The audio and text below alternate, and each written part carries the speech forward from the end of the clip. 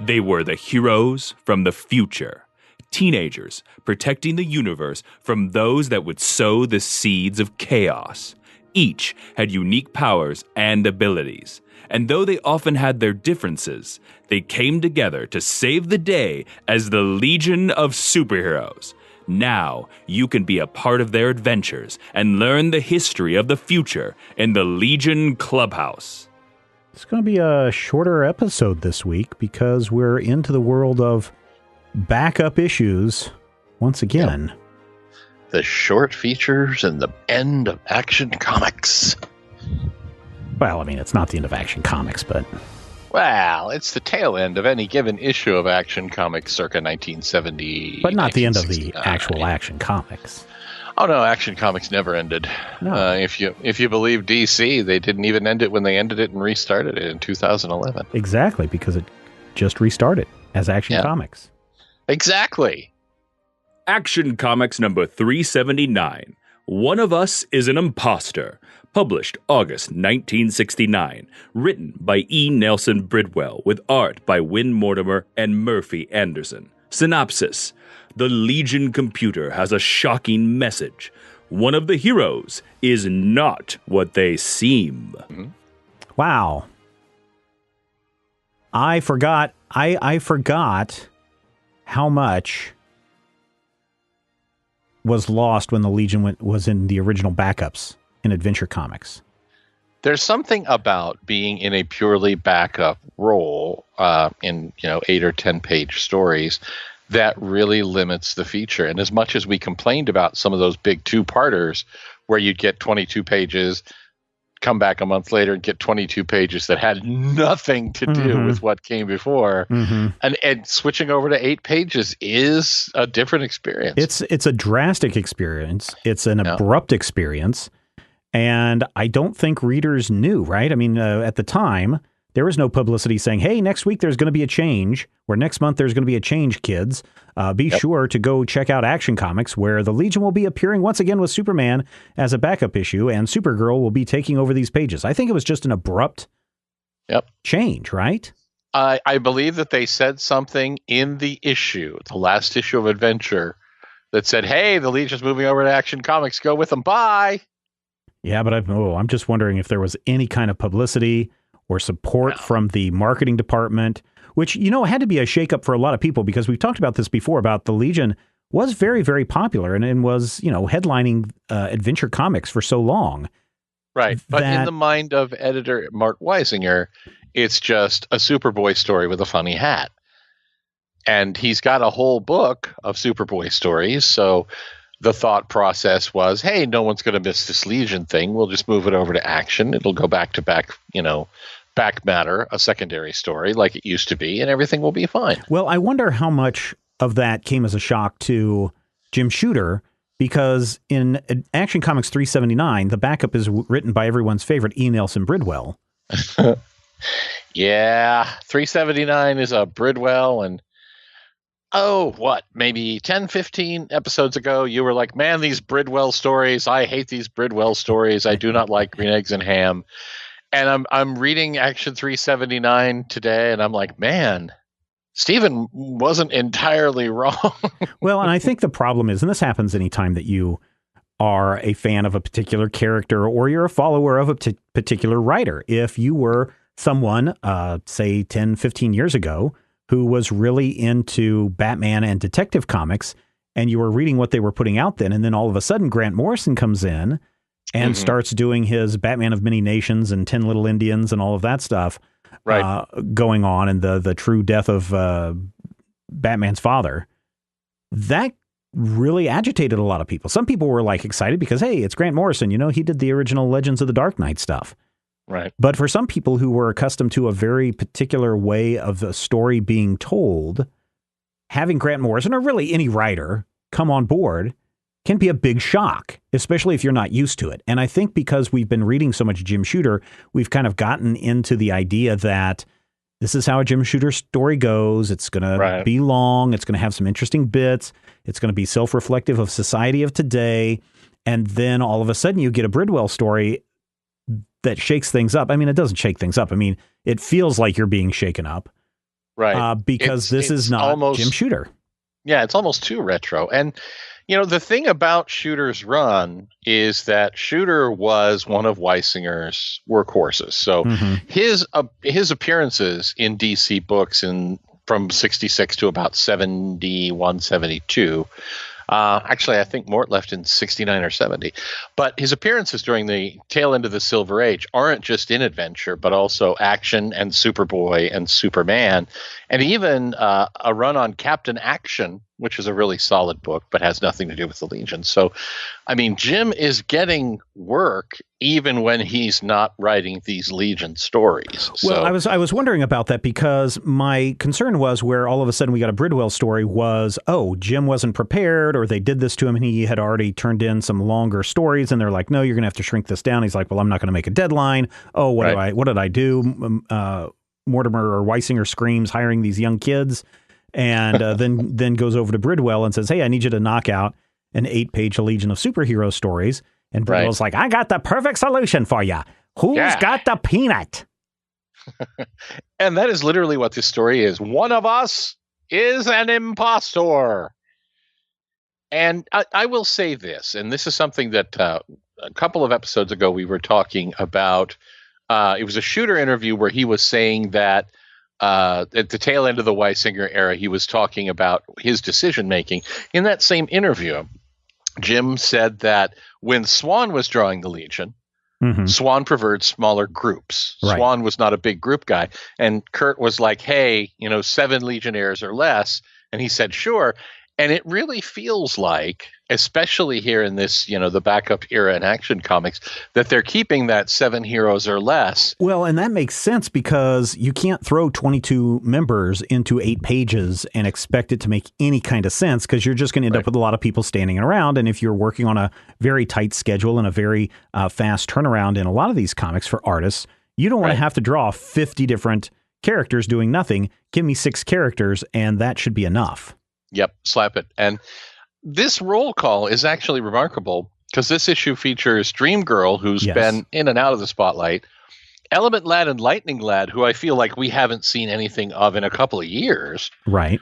And then, of course, we get the Mon-El Shadowless official coupling now.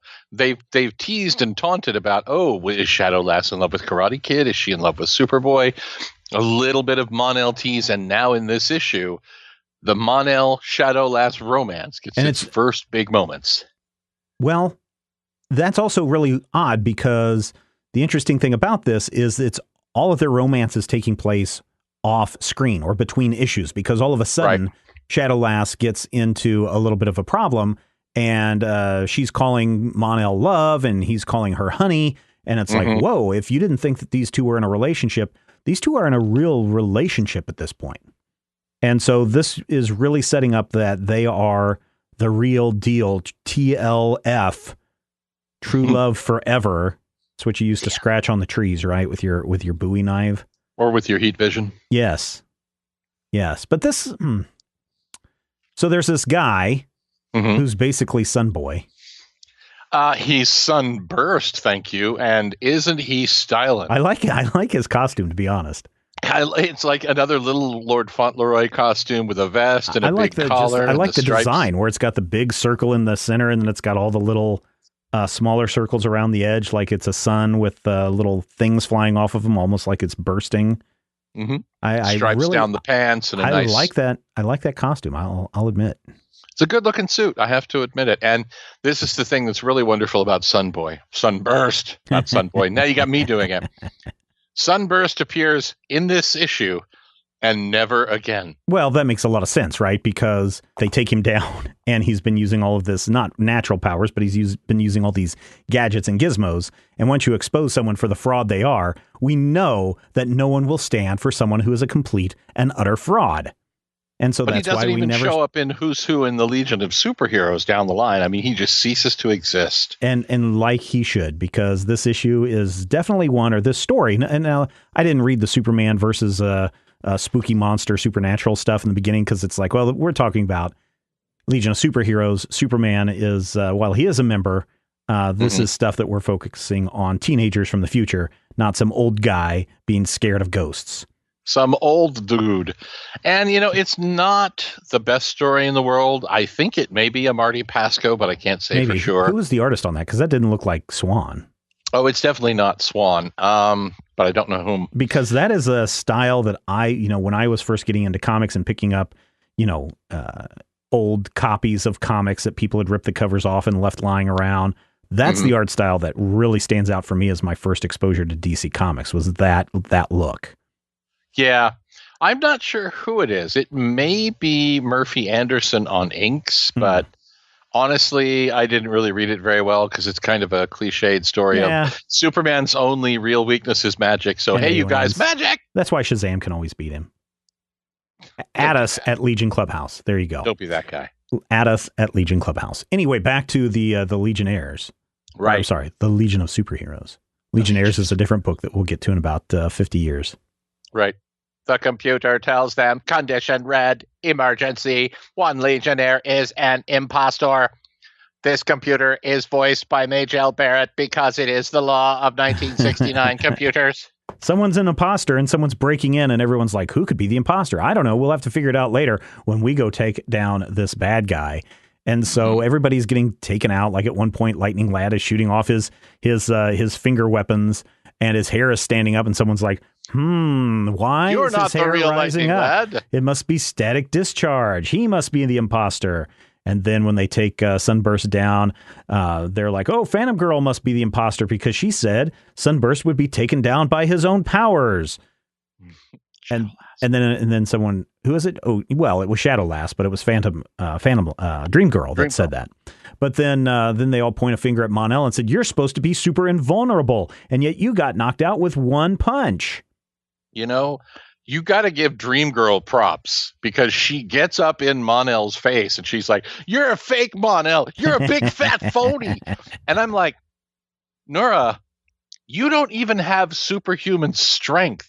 If Mon-El is a big fat phony, he could rip you in two. Now, granted, this is not a Jeff Johns story, so that's not going to happen.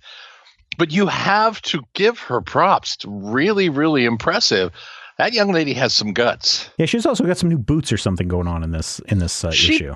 Does, yeah. She's got like a kind of a knee-high jackboot thing or a traditional superhero boot instead of the little slip-on heels that she'd been rocking since her first appearances. Sleepy slippers. I can't say for sure if this is their first appearance because I can't remember the last time we saw Dream Girl. It's been a while. I think this is the first appearance of her new boots. All right. Well, so there's something that you can look forward to, listeners, when you go back and find Action Comics 379. Turns out the real imposter is Shadowlass, who apparently was captured, and an imposter was put into her place with one of those real-life masks. And the perfectly lifelike rubber face masks. Those are so great. Yeah, and she slipped in so that they could learn all the secrets of the Legion of Superheroes. And then, because the issue has to end in 8 pages, we see nothing of a rescue mission. We see nothing of the aftermath except for, oh, I missed you, sweetie. I missed you too, dear. Were you nervous that I was macking on some other girl while you were kidnapped? She's like, well, maybe just a little bit. Ha ha, silly girl. Did you really think that other girl was me? I have to admit, though, this Win Mortimer Murphy Anderson Shadowlass is adorable. She is so cute. And, not really fitting the character who's kind of a badass, actually. But she's so cute here. And you're just like, aw, Mon-El. They're such a nice little couple. Yes. I just didn't care for it.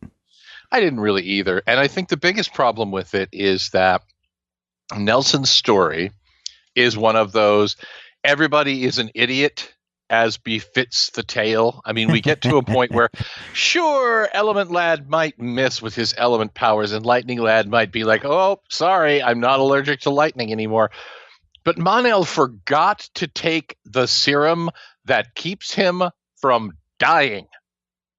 I mean, if I forget one omeprazole, I suffer for an entire day, and Mon-El's like, oh, lead serum, oh, that'll be fine. Well, maybe it was his off day. Maybe this is the day that he thought he was just going to have to do office duties, right? Because he's the second in command. And so he's just calling a meeting to order. We're just going to have a nice casual day. Everyone's going to just check in, and we're going to be like Congress when they're on the closing days of session and everyone else is left, but the people that are stuck in Washington, D.C. And he's like, today will just be easy. Today I don't need to take this one med. It'll be fine. I'm not going to expose myself to any lead or kryptonite or atmosphere or bad guys. One day won't be that big of a deal. You do. You do. And, you're going to die if you don't. And I don't know. I think that this is a nice story. Maybe he couldn't take it because he couldn't afford it. Maybe his prescription medication monies weren't there. And so he was half dosing. He was saving his meds. Stephen. And taking them every other day. It could happen. No one says that universal health care is a thing in the future. Yes, they do. They have literally come out and said that. There's no more money and everything is fine and everybody has whatever they need to get by, including their medications. I don't believe you. Everybody can afford a perfectly lifelike rubber face mask. If the future were perfect and money wasn't an issue, then how come R.J. Brand is the richest man in the universe? And that other grumpy guy is always upset because he's the second richest guy in the universe. Because inconsistent storytelling. I'm just going to go that he was half dosing.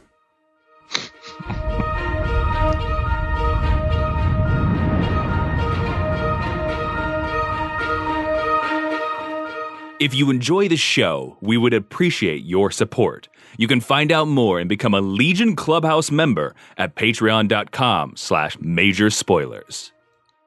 The letter column for 379 has a Legion leader election. That's right. Legion election. Is this the second time that they have gone to the readers to ask them to elect a new pope? Second or third time. I know that Ultra Boy's tenure was definitely, which is just ending right now, was definitely reader chosen. Mm-hmm. And this issue, 379, the letter column shows us Karate Kid winning Legion leadership with 2,218 votes. Now, bear in mind, previous leaders were in fact left out. So Cosmic Boy, Saturn Girl, Brainiac, and Ultra Boy were not allowed to be voted for. Now, who got second place in this? Second place was Mon-El with less than half, 993 votes to Karate Kid's 2,218. So then that makes a lot of sense then, because at the beginning of that particular issue, Mon-El is like, hey, I'm calling this meeting to order because I'm second in command. Well, Mon-El was also Ultra Boy's deputy. He came in second to Ultra Boy as well. Oh, man, Mon-El, always gonna be second. That's right. Mon-El, always a bridesmaid, never a bride.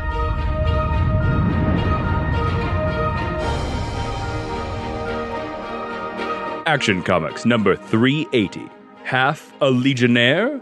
Published September 1969. Written by Jim Shooter with art by Win Mortimer and Jack Abel. Synopsis: something is wrong with the duo damsel. Or at least one of her. I think we've got a short episode this week, Matthew, with Action Comics 380. And this is what happens when you go back to back with 8 issues, with 8 pages of comics, 16 pages total. Yep. And I think that the most important thing that you need to know about Action Comics number 380 is it features a character named Dorks. Yeah, it also features a guy named Norlon. Norlon, with newfangled Norlon. It resists stains and it's watertight. Have you ever had that philosophical discussion? It's a real discussion. If you cloned yourself... Right. And you had, what is it? If you had sex with yourself with your clone, how's that go? God, I don't even know, man. What are you talking about? So if you cloned yourself and you had sex with yourself, would it be masturbation? No, because there's a separate person there. Right. Now, right. The question of would it be incest, that's another matter. Well, so here's the thing. Is it wrong for you to touch yourself, right? Your other clone self, because you're one half of the people will say, no, you're the same person. You're having the exact same memories. You always had the exact same memories. So there's nothing wrong with that. And then you have the other group that is kind of like you, who says, no, because you're a different person. And that's absolutely true, because the minute that you cloned yourself, or the minute that you split, you yourself, will call you Matthew 1. Matthew 1 is sitting there, and you are having an experience of looking at your other self, Matthew 2, for the first time and going, oh my God, I can't believe this worked. Am I going to reach out and touch myself? And Matthew 2 is sitting there going, oh, I have all the memories, but I know I'm the clone. this is a totally different experience. Should I touch myself? But the fact that you are both thinking now brand new thoughts means that you are no longer the same person. And I think that is one of the more interesting aspects of Action Comics 380, because it asks the question, and even Bouncing Boy kind of asked this question. He's like, so like when you two split, are you the same person? Mm-hmm. And of course, Lornu 1 is like, of course we're the same person. Why wouldn't we be? But Lornu 2 has been sent off on a mission to go deliver some mail because Lornu 1 is too tired to go on the mission. So they're like, hey, you go have fun and relax. I'll go do the heavy work. And the minute that they agree to do that and split, they are two different people. And this, I think, is the first time that we've really dealt with the psychological aspects of having two essentially independent bodies, and at 1.3. And it's interesting the way this comes up, because Lornu 2, also known as Lilith, it goes off and has her, week-long thing and falls in love with a guy who's totally not Superboy, but could almost be Superboy, which makes perfect sense because she used to love Superboy, and comes back, and Lornu 1 is like, hey, what's wrong with you? And she's like, nothing, I'm fine. But it's clearly not the case. No, because she comes back and we find out she's got a brand new boyfriend called Norlawn or something, whatever this guy's name is. I believe it's Namlor, which is an anagram for normal. Namlor, that's right. And everything is not normal here. No, because Lilith is having really strange Kargite thoughts where she wants to be separate of the Lornu dynamic, the hybrid Lornu creature, because she's in love with Namlor and she cannot understand why her other half is not. So it's actually a personality conflict for the first time. And this is, like I say, this is the first time that we've really dealt into this. Later on down the line, this is going to become the central tenet of Duo Damsel's personality. Oh, yeah. And also, again, when she becomes Triplicate Girl in the reboot. When she relaunches this triad, this is actually her major character trait, is her three sides arguing with each other. Yeah, and I find this really fascinating that we see this appearing here, because I don't know, there's some psychological aspects of it that we've already talked about, whether it means that you're weird or, if you're normal when you split, or also this sense of abandonment and, an identical twin. Let's say you have an identical twin. Let's not use the clone reference, although if you go online and look up the clone thing, there's a big, long discussion about this, always online, about the clone thing. But your identical twin, you two have grown up together all your life. You think alike, you talk alike. There's that weird documentary about the triplets that were separated at birth that finally get to meet one another for the first time. They all have the exact same mannerisms and everything. It's really weird and really creepy. Yeah. But at the same time, the minute that your identical twin is like, oh no, I'm going to go do something else. I'm going to go drinking after school instead of go home and study with my twin. Suddenly the other twin is like, oh my God, what does this mean for me? What's going on? And there's really that psychological thing that's going on for Lornu 1 as she's having this realization that maybe I'm not the person that I thought I was. Right. And then, of course, when they rejoin, Lornu 2 is trying to fight back in the subconscious about, no, I want to be separate. I don't want to be part of this dynamic. I want to be Namlor, which is an anagram for normal. No, yeah, she wants to be Lilith. She wants to be Lilith, which is also rather interesting because when you think about it, Lilith, if you go into the, the Gnostic text or the Jewish mythology, you learn that Lilith may have been the very first wife of Adam. Right. That's at least the mythology in the Talmud. But she also had a notorious consort, the Fair, that would just follow her around, which I think is a later part of the text. But also, if you go even further, Lilith then has been co-opted? I want to say co-opted, but essentially turned into a monster, right? Into an evil person after Adam couldn't take her stuff anymore and went with Eve. But I think that's kind of fascinating because here, Lornu 2 wants to be known as Lilith. It's a different spelling, Lelith. Right. which is different than the Lilith from the Bible. But it's still very close that was the first thing that popped in my mind. Oh, here's a person that's breaking away and now is evil. And that may be why they use that name. I don't know. I just thought that was a little interesting thing to bring up. It definitely is. And I mean, if you look in, different interpretations of the character in like Sumerian and Assyrian myth, you'll actually find that Lilith is the origin of creatures called demons. Right.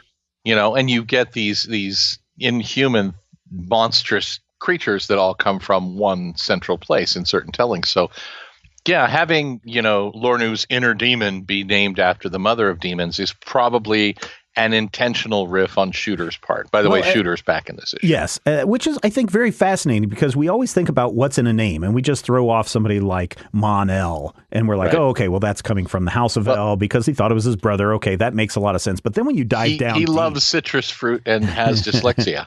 But when you dive down deep and you see Lilith and it's like, whoa, that's deep, Ogre. I'm just really surprised and impressed with that. Yeah. And of course, then there's Namlor, whose name is an anagram for normal.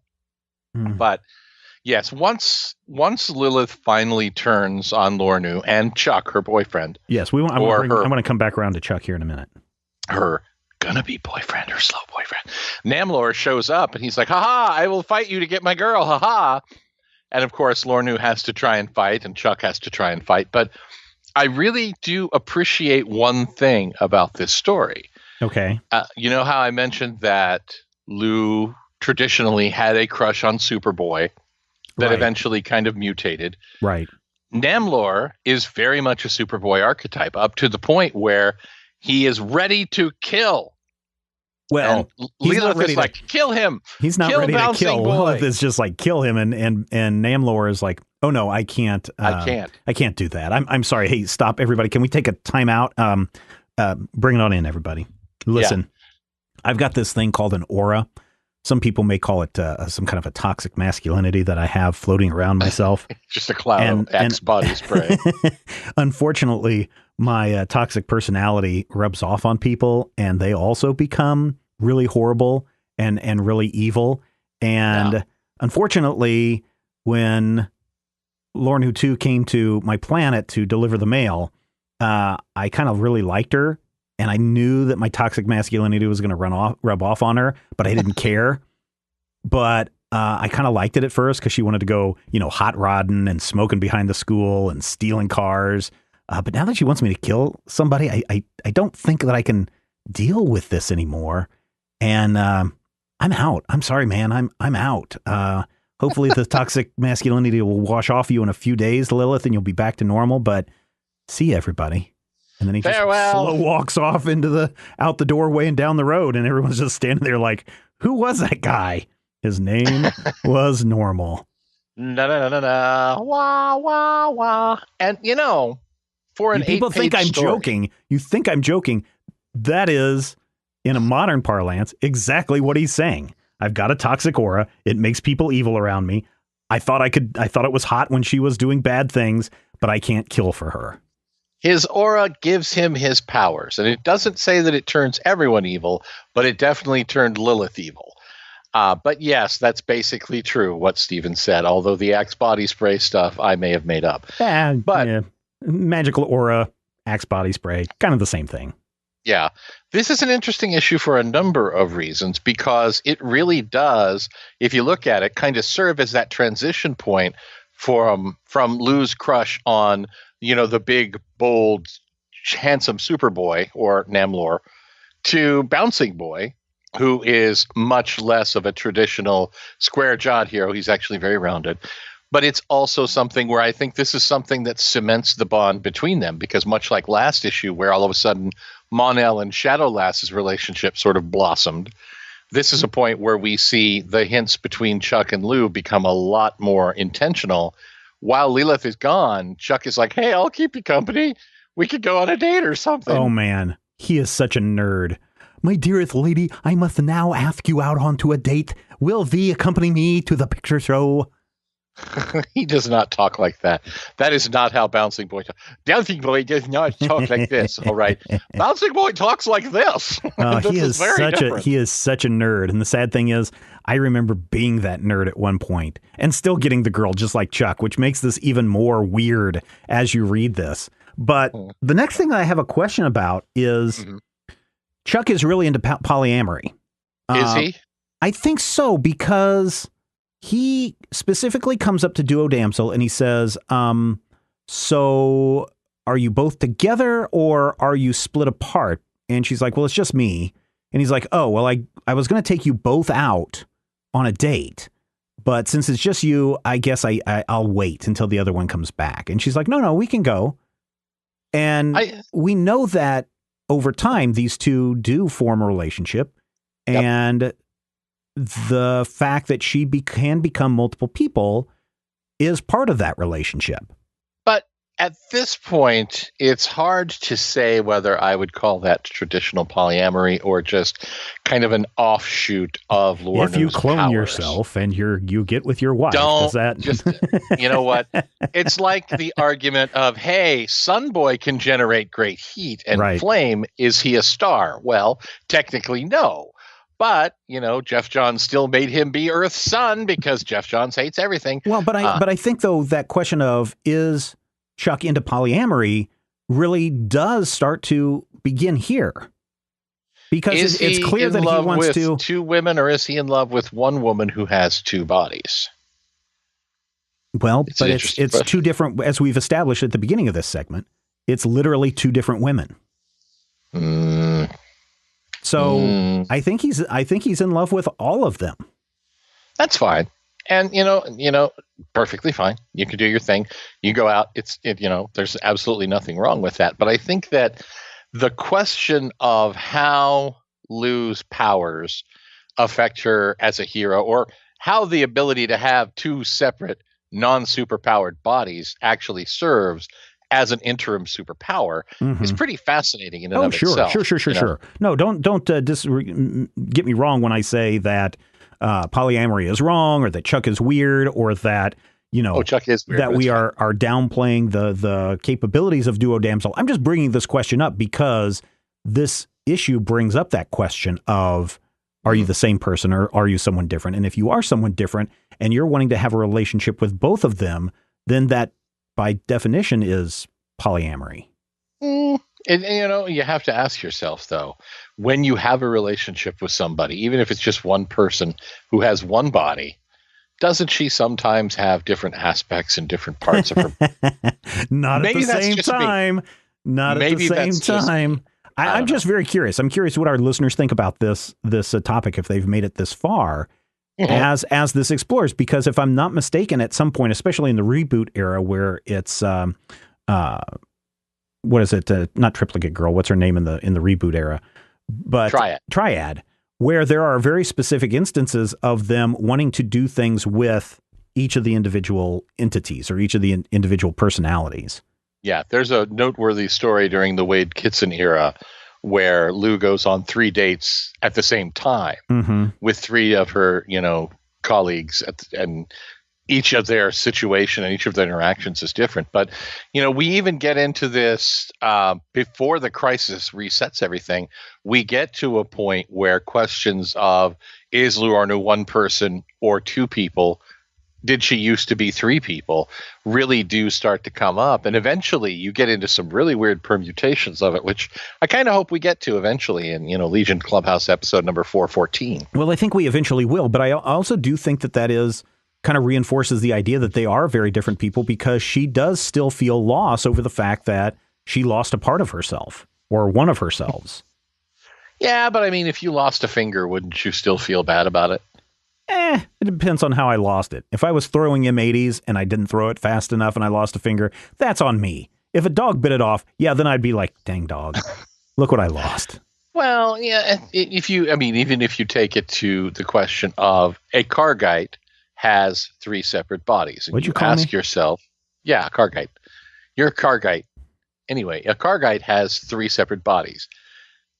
Losing one of those bodies is the equivalent of losing a large portion of an Earth person's body. So possibly, losing more than a finger, losing a limb, or losing the use of more than one of your limbs.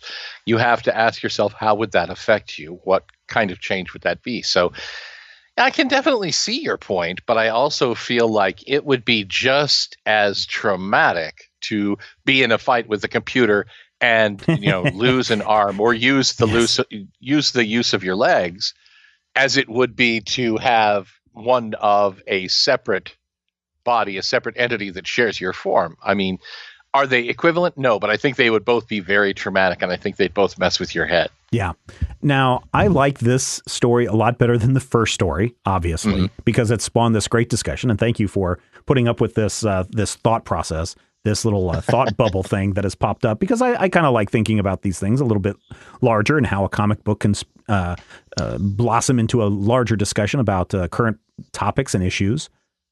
But I got to say, this is still one of the dumbest endings in a comic book. It very much suffers from the 8-page length. It just sort of stops dead. And while it's a little bit more defensible and a little bit more dramatically solid than the way last issue ended, yes, just having Namlor go, "Oh, well, I'm sorry, I was being selfish and my powers made you evil. Bye," really does kind of screech out of nowhere in the last 4 panels of the issue. Yeah, it's tough telling a story in 8 pages. Oh, absolutely. Especially a story with more than 2 characters. Yeah, in this case, there were 4.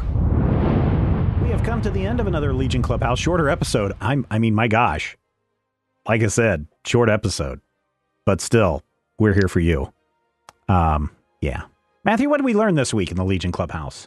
We learned that in the 30th century, the perfectly lifelike rubber face mask factory outside of Akron, Ohio, is going to be doing gangbusters.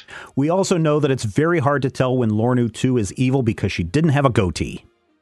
And we've learned that Lilith is fatphobic because she makes fun of Chuck's size, even though she says he's a threat. So, sprock you, Lilith. That wraps it up for this installment of the Legion Clubhouse. Thank you once again, everyone, for joining us in our discussions. We'd love to hear back from you. Head over to majorspoilers.com. There's a link in the show notes where you can click on and go right to the page and share your thoughts. You can send us an email to share your thoughts. You can leave us 5-star reviews over at Apple Podcasts. That would be fantastic. You can even become a patron at patreon.com/majorspoilers and share in all the other goodness that is over there. Find out more at patreon.com/majorspoilers. Until the next time, I'm Namlor, lad. And I'm Dorks, dude. The Legion Clubhouse is a production of Major Spoilers Entertainment, LLC, and is produced by Steven Schleicher. Your hosts were Matthew Peterson and Steven Schleicher. You can follow Matthew at Mighty King Cobra and Steven at Major Spoilers. You can follow this podcast on Twitter at Legion Clubhouse. If you have questions or comments, send them to podcast@majorspoilers.com. I'm Jason Inman. Until next time, eat it, Grandpa.